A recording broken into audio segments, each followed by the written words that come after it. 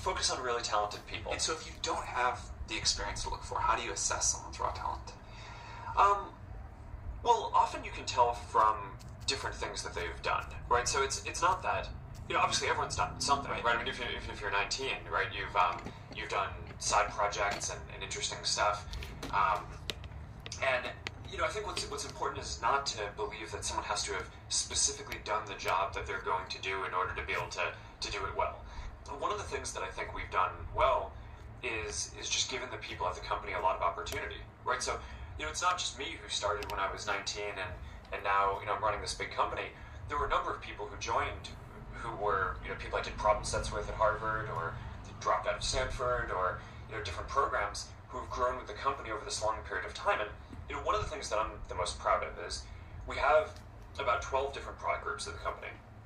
And all of the people who are running them, with the exception of one, did not join the company running a product group or reporting to me. That's amazing.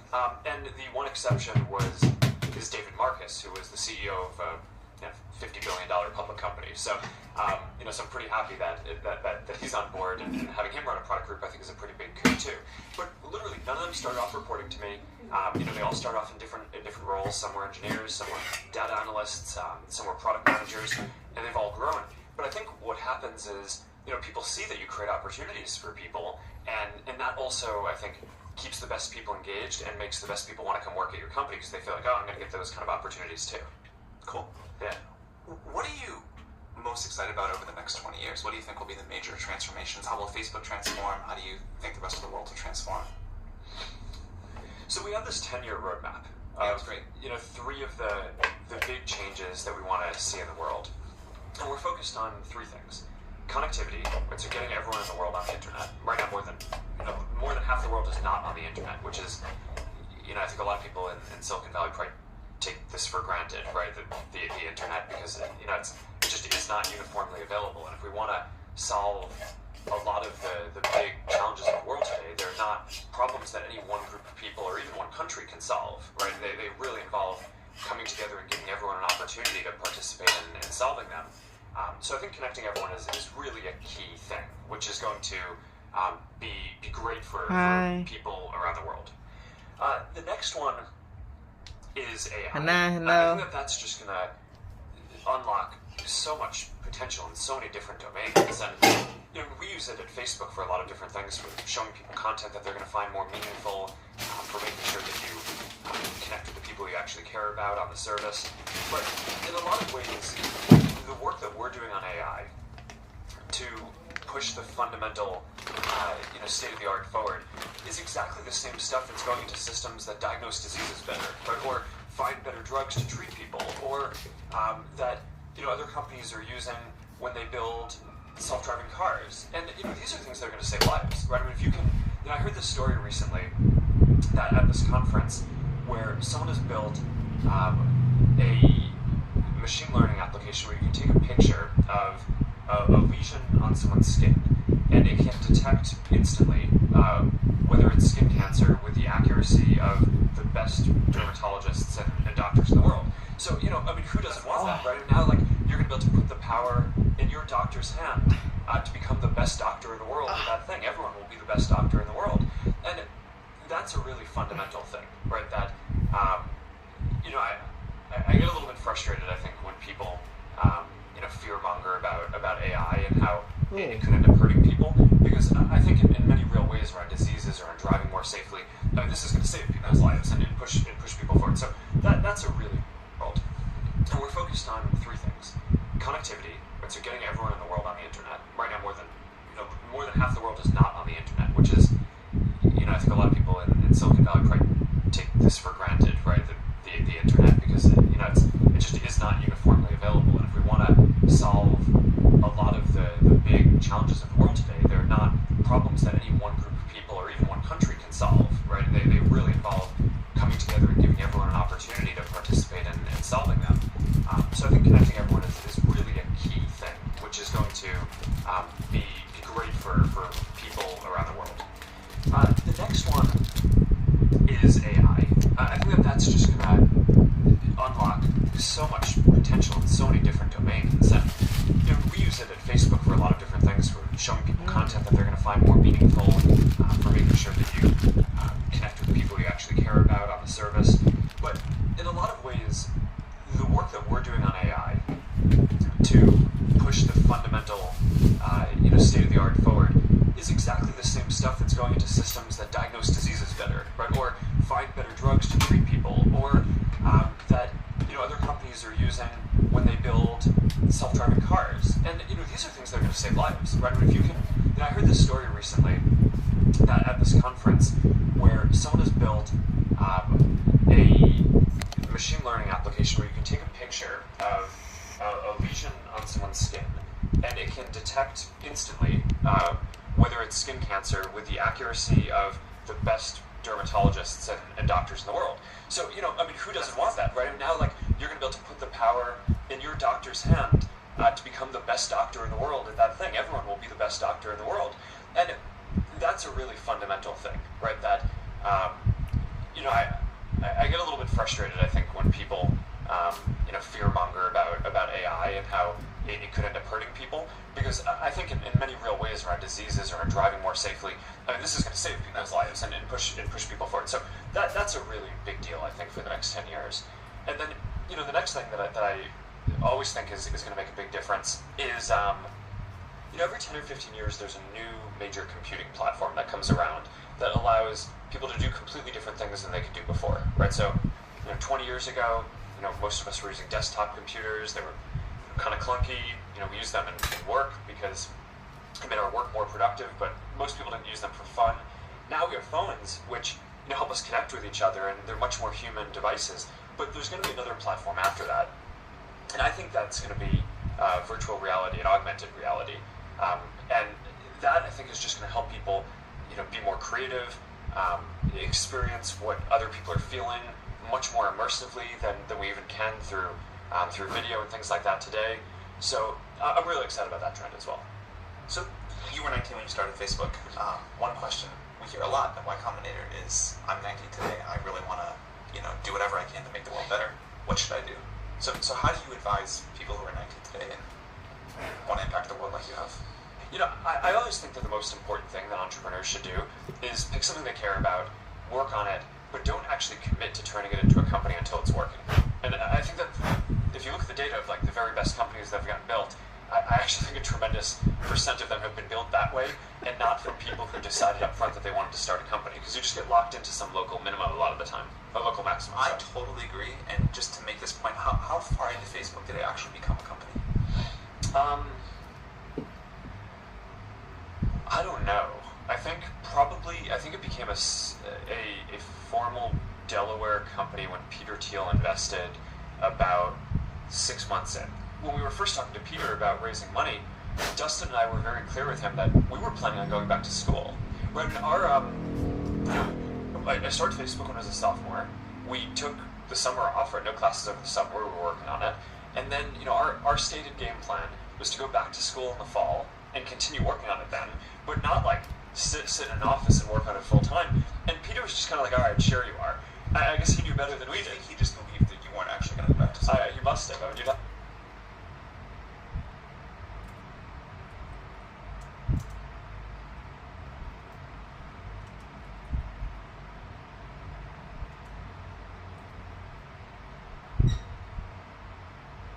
to ask him, but I will. We're interviewing him in this series. I will. There you go. So I think he would probably say that he knew that we were not going to go back to school, or believed that he could talk us out of it, but he didn't have to. It was pretty clear that the amount of work was just growing so quickly.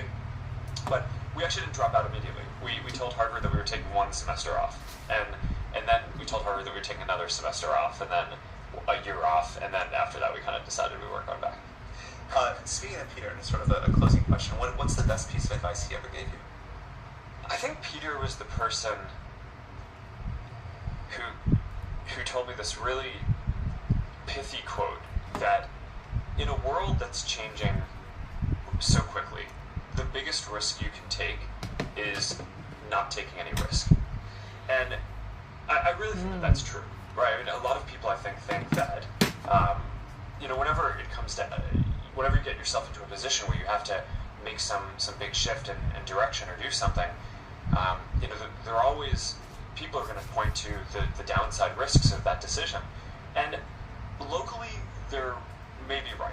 I mean, for any given decision that you're going to make, there's upside and downside. But in aggregate, if you are stagnant and you don't make those changes, then I think you're guaranteed to fail, right, and not catch up. So to some degree, I think it's really right that over time, the biggest risk that you can take is to not take any risks. That is a great place to leave it. Thank you very much. All right.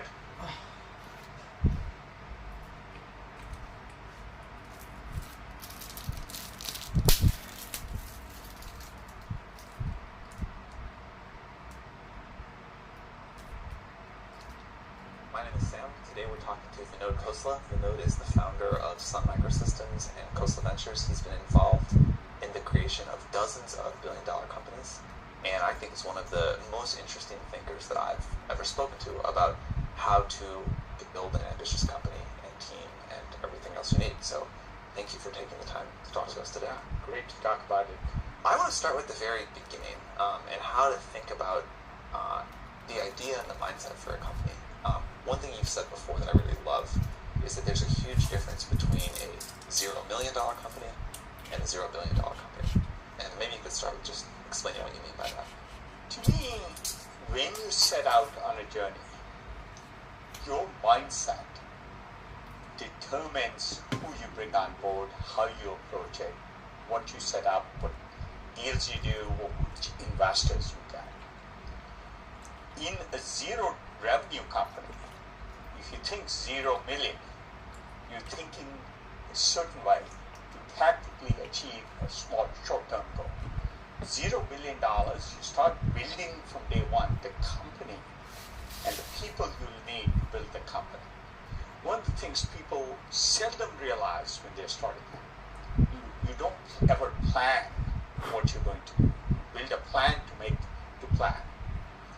And who helps in that planning? As you plan iteratively, as you evolve your strategy and your tactics, that team, which I call the kitchen cabinet of a company, is the essence of what your company will become. So one of my favorite tweets I like tweeting out is, a company becomes the people it hires, not the plan it makes. And that's grossly underappreciated. And is the biggest difference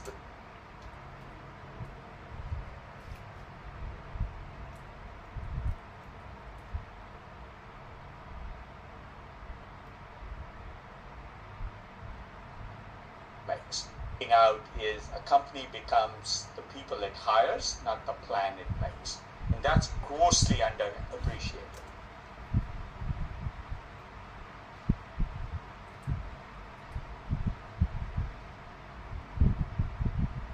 And is the biggest difference between the 0 million and the $0 billion company the initial people you hire, in your experience? It is the initial people you hire, but also how you approach the initial tactics. My other great analogy, if you have a large vision, you're climbing Mount Everest, it's never a straight line. Nobody's climbed Everest in a straight line.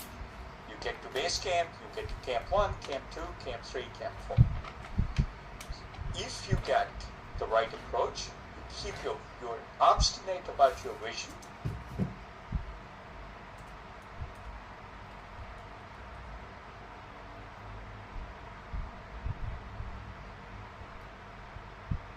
which is Mount Everest. The right approach, you keep you're obstinate about your vision, which is Mount Everest, but you're flexible about tactics as things change, as you zig and zag, when you pivot.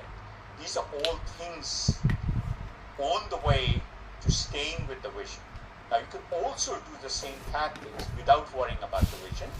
And my big beef with a lot of investors is they want revenue, they want to meet plan, as opposed to collect assets for this larger ascent to Mount Everest. So you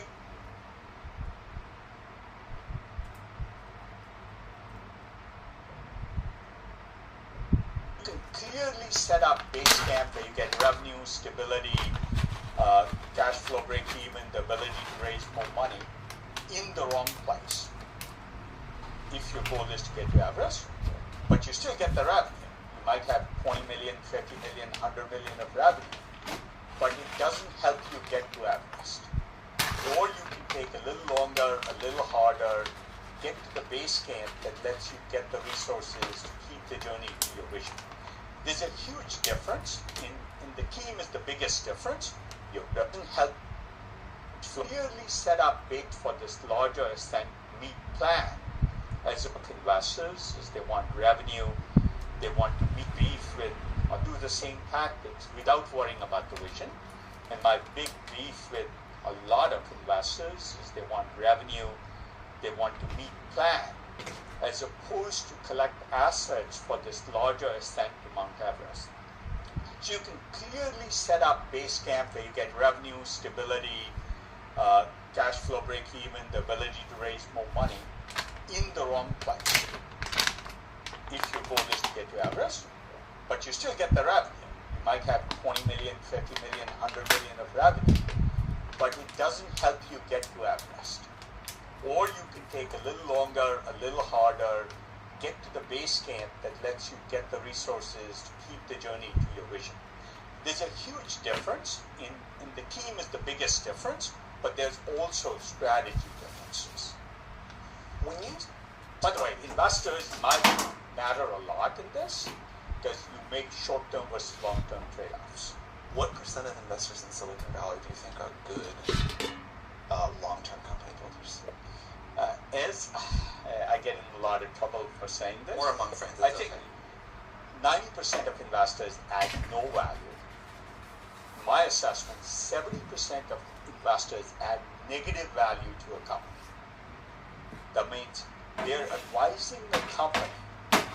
This is part of team building too for entrepreneurs. They're advising a company when they haven't earned the right to advise an entrepreneur.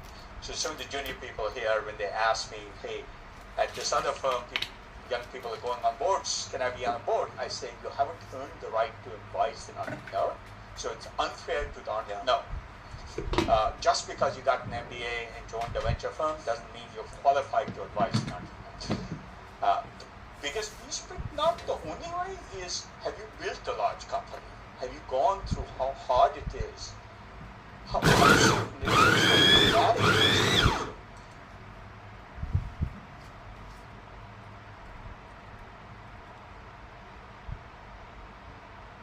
I mean, just this morning I was talking to somebody about almost worried about making payroll at some.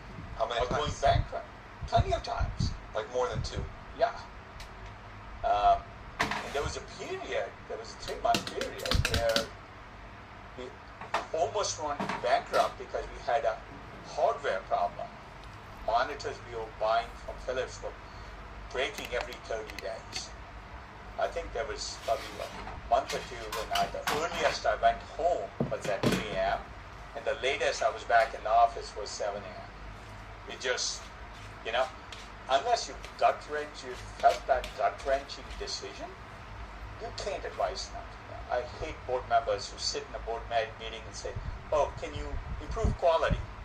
And then 5 minutes later, can you ship faster? And 5 minutes later, spend less money. And they've never gone through really hard trade-offs and how uncertain it is. So add more people and increase your burn rate. Are you going to improve or hurt your chances of getting something out? These are very uncertain, very hard calls. The biggest thing an entrepreneur deals with is which risk to take when. When you take a financial risk of running lean, when you take a engineer marketing risk of a feature poor product, when you take which risk do you want to take, and it's like whack-a-mole. And ambiguity is so hard to deal with.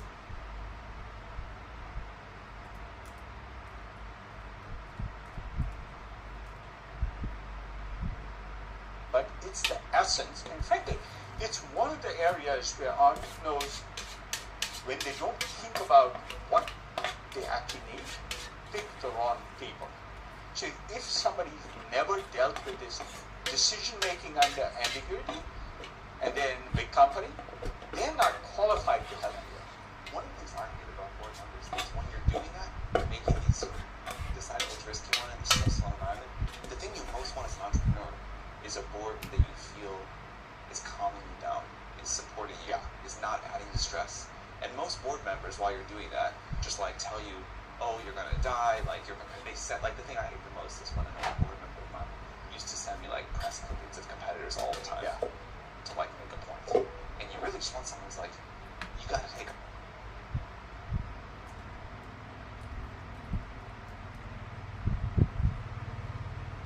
hard risk here. It's a tough decision. Look, these things are the things you're not qualified to advise an entrepreneur on if you haven't been through on. There is time when panic is the appropriate response in a company. Yeah.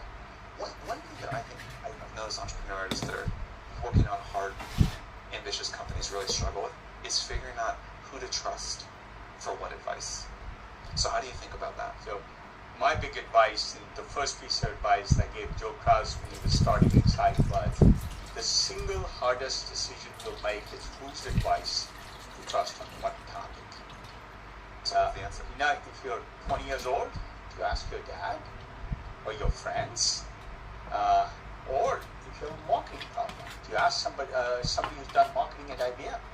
They've never dealt with things where market isn't established. It's incremental year to year, 5% improvement is what they're shooting for. They're not qualified to invent whole new markets, whole new approaches.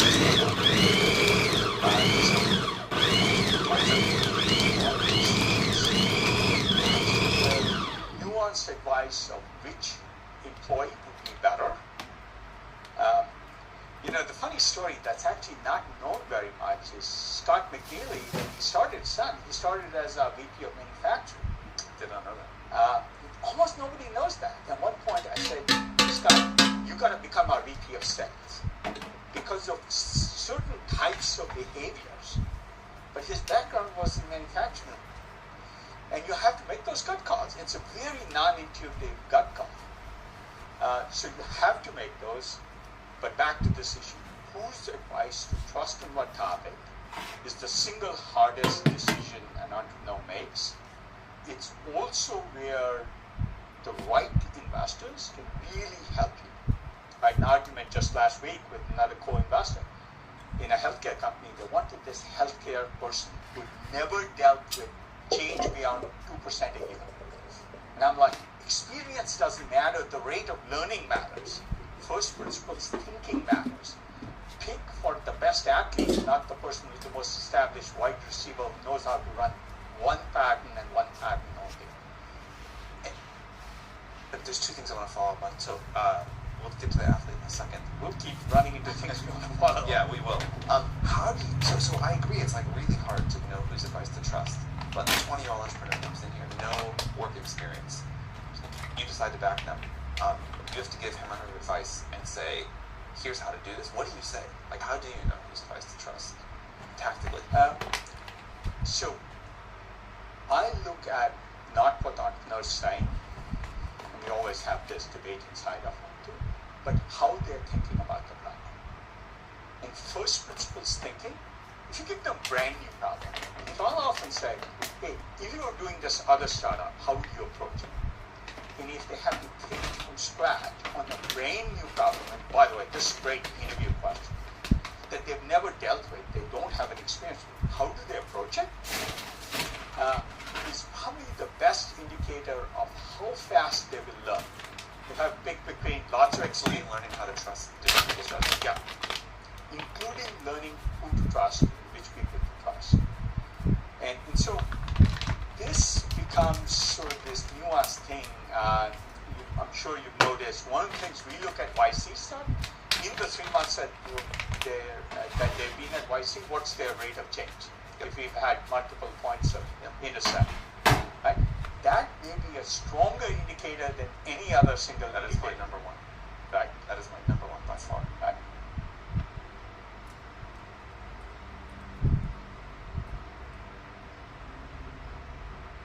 So we always say, how fast did they evolve their plan, change their plan? What's frustrating to me with other investors, they say, well, stick to your plan. Or are you executing in your plan?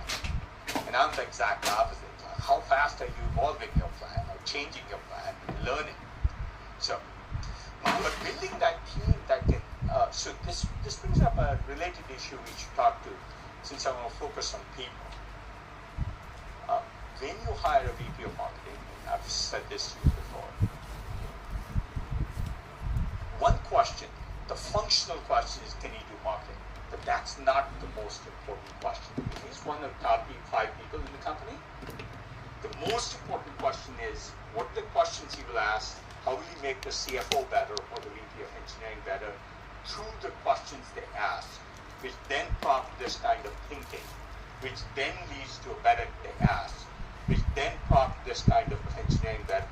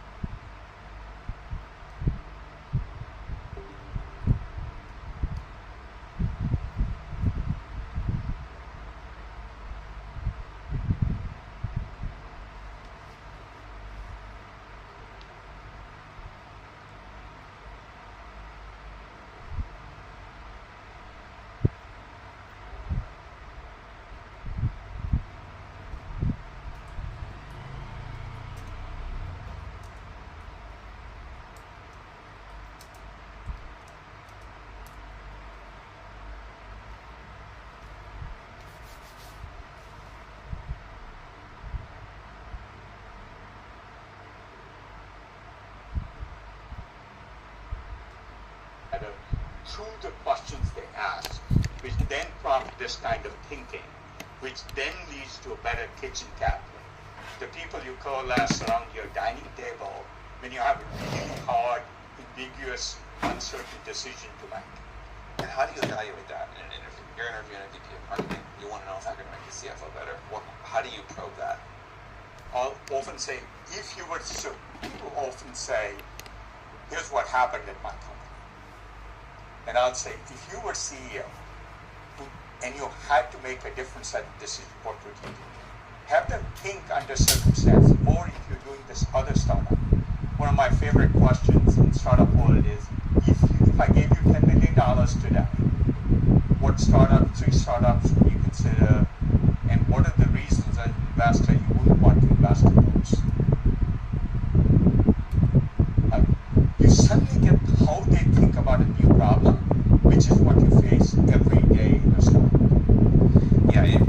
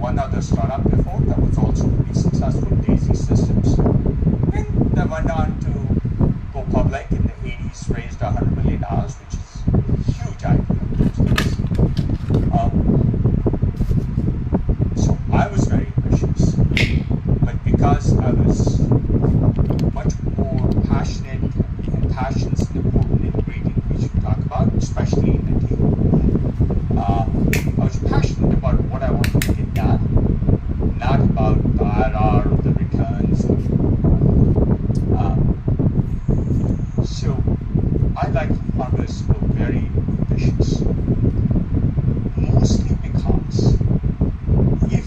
try to, if they're not ambitious, they'll hire a team to build a $0 million company. If they're ambitious, they'll hire a team to build a $0 billion company. So among the first 15 people at the start, 15 people, we hired Greg Schmidt, who went on to run Google. I didn't know he was going to be that capable. We hired Carol Watts, who ran Autodesk, and then hired Bill Joy, who wasn't part of the initial founding team. We recruited him as a founder after the fact. We hired so many other people, guys like Tom Lyon, Bob Lyon, each of which have started billion-dollar companies.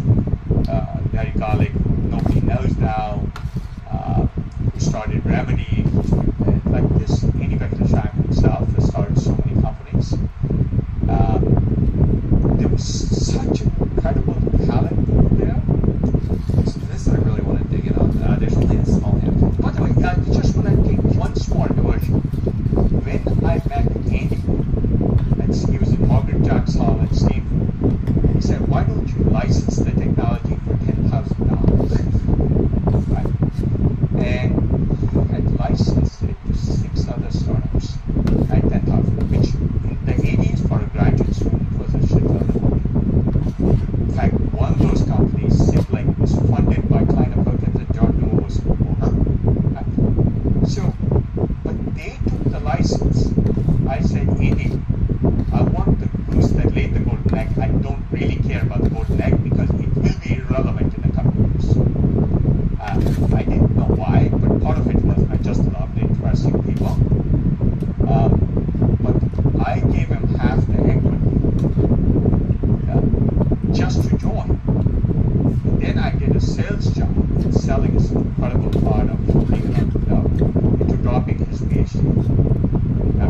Best decision I ever made, best decision he ever made.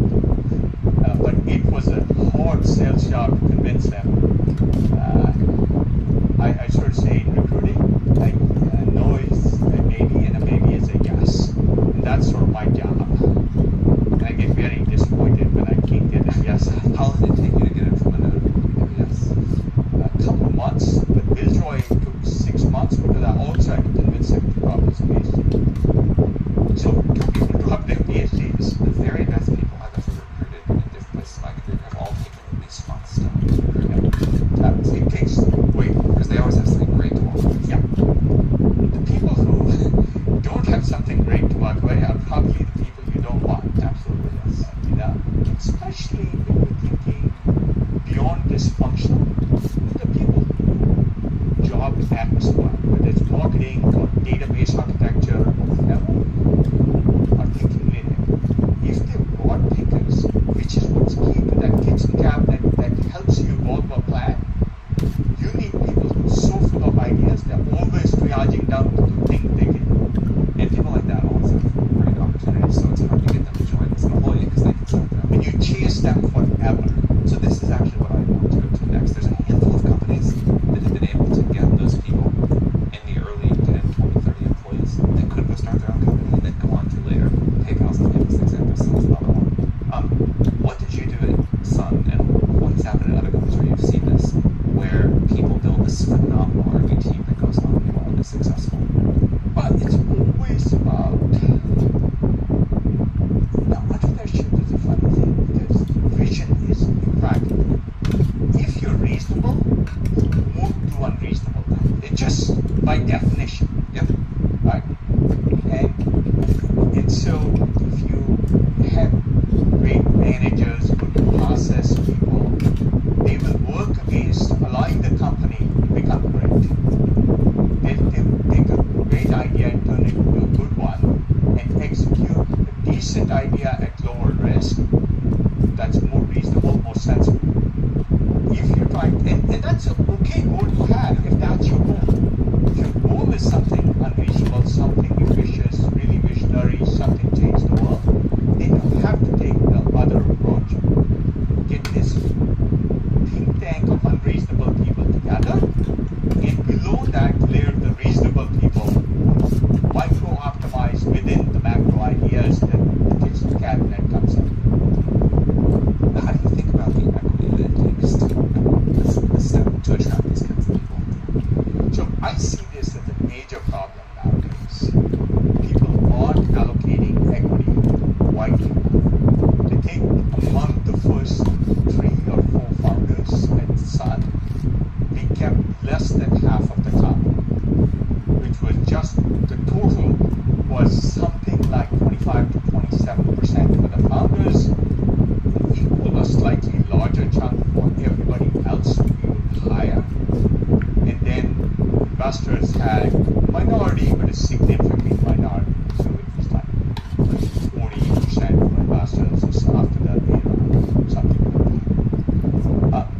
retrospect, that was a very good idea. So in last year, my son started his company. I said, keep 15% for yourself instead of 45. He could have done either number. Try and hire one or two people at 15%, even though they come in later, even though they didn't come up with an idea, but that would be incredible resources, especially magnets to attract other people or bring essentials in the golden egg. I don't really care about the golden egg because it will be irrelevant in a couple of years. I didn't know why, but part of it was I just loved interesting people. But I gave him half the equity just to join. Then I did a sales job, and selling is an incredible part of being an entrepreneur, into dropping his PhD. Best decision I ever made, best decision he ever made. But it was a hard sales job to convince them. I sort of say in recruiting, like a no is a maybe and a maybe is a yes. And that's sort of my job.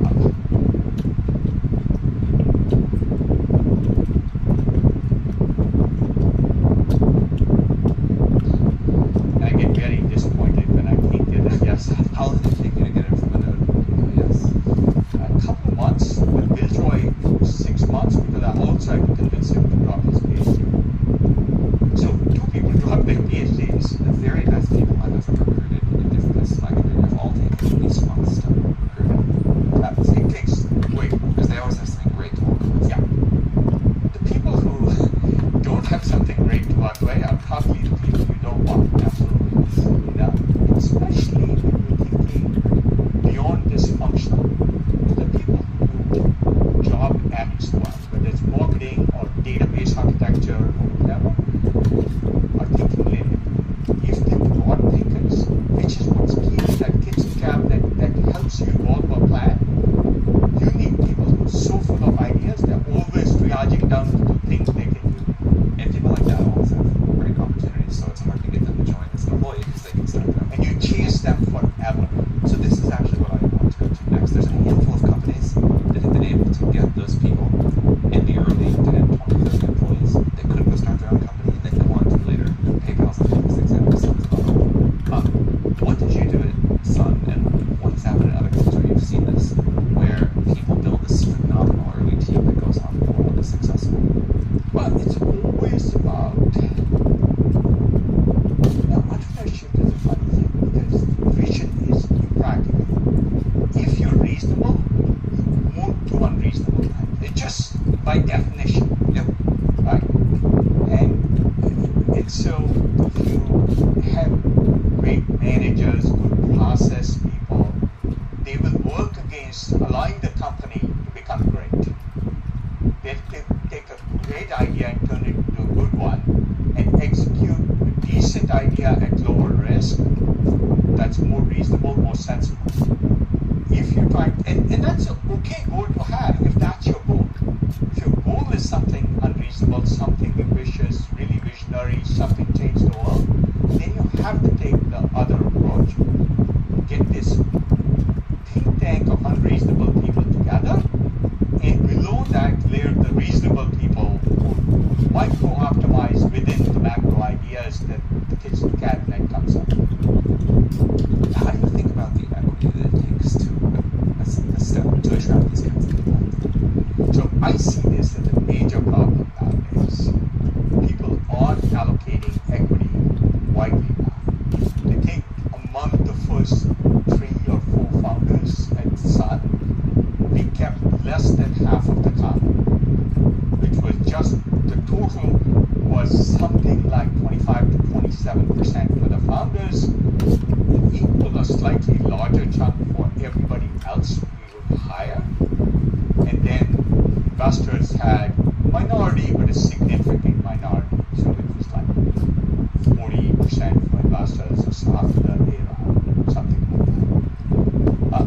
In retrospect, that was a very good idea. So when last year my son started his company, I said, keep 15% for yourself instead of 45. He could have done either number. Try and hire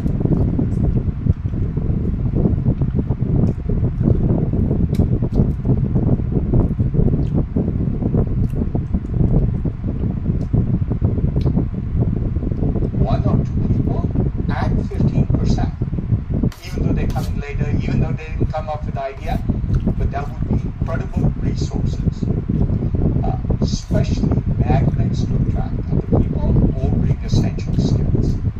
Can you say what you mean by a magnet to attract other people? So, if you believe a company becomes the people it hires, then your key task becomes attracting the people. There's also using them productively. That's a management skill. But attracting people becomes who finds you attractive. And selling depends on magnets. So Bill Joy was an incredible magnet, even back then. Right? And even though open source didn't exist the way it does today, people wanted to work with Bill and Andy. Even if Bill didn't do a day of work, he was more than worth it because he helped attract Eric Schmidt. I don't think Eric would have come work for me as a 25-year-old, other than I did have convincing power of why this was going to be launched. We discarded, for example, the notion that, which most investors said, why don't you be a graphics add-on terminal to deck access? And that was an established, known market. There was no graphics terminal. There was a company in Utah, Evan Sutherland, that built graphics terminals. It was easy. We would do distributed computing and nobody had heard the term. When we released NFS, there was no distributed file system in the world. And we open sourced it. People first said,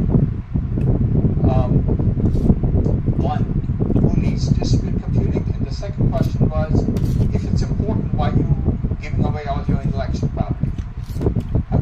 So thinking the specifics don't matter. Thinking non-linearly about it is what matters, and that's what the team enabled. Right? And so, full circle back to equity. As much as 30% of the pool to non-founders. So Neil took 15%, he recruited in his other startup, Uri.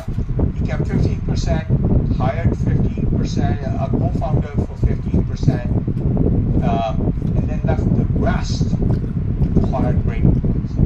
Now, it is dependent on the area you're working in. He was working in AI. He wanted the people who were all making $1 million salaries at Google and Uber and other places as engineers. So you had to give them 3, 4, 5% each. And you normally not think about it, but if you're competing in an AI startup, you're not going to get the best talent without, and if, especially if this issue we talked about earlier, if somebody can do their own startup, they will. So you're not comparing them to your job, you're comparing them to them starting their own company. And so, and if you don't do that, you're including only the people who could start their own company who won't help you evolve your plan. A thing that I hear a lot is, I can hire an engineer for X basis points, so why would I ever pay like 5x or 10x? And then I always say, like, wait, in 2 years, ask me again if that was the right decision. But the quality of people you can get if you're super generous with equity, I think this is the shape of things to come. I think that, by the way, this is my single biggest beef with YC. Not enough option pools, right? Not enough option pools, not enough focus on recruiting the right co-founders, right?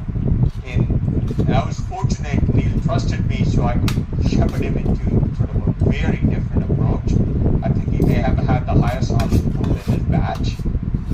yeah, look, I think it's great. I have found that it's harder to convince founders of this than I would have expected.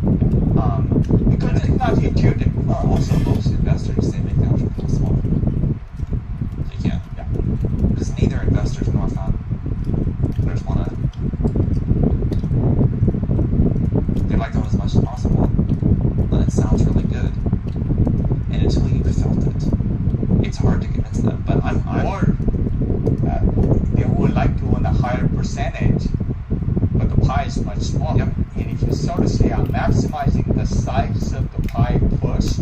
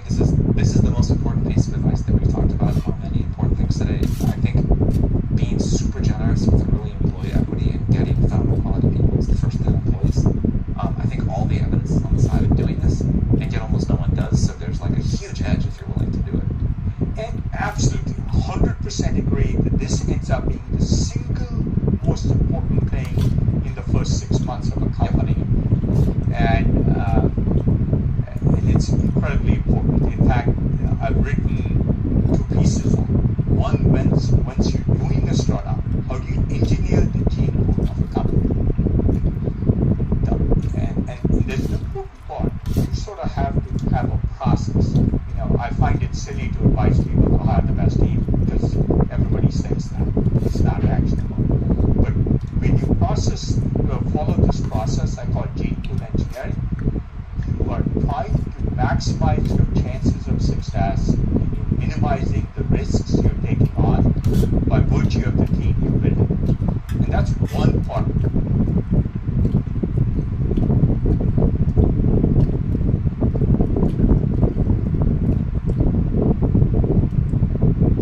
And that's sort of more mechanical. The other part is sort of functional hiring. Hire a VP of engineering, hire a VP of marketing, hire a CFO, hire a VP of customer support. You're hiring for this non-linear stuff. How does your VP of marketing improve the quality of your VP of engineering, make them think harder? This sort of non-linear thinking is, and I've written a different piece called, I think, The Labor of Love, the Art of Hiring, something like that on our website. That's a long piece about this.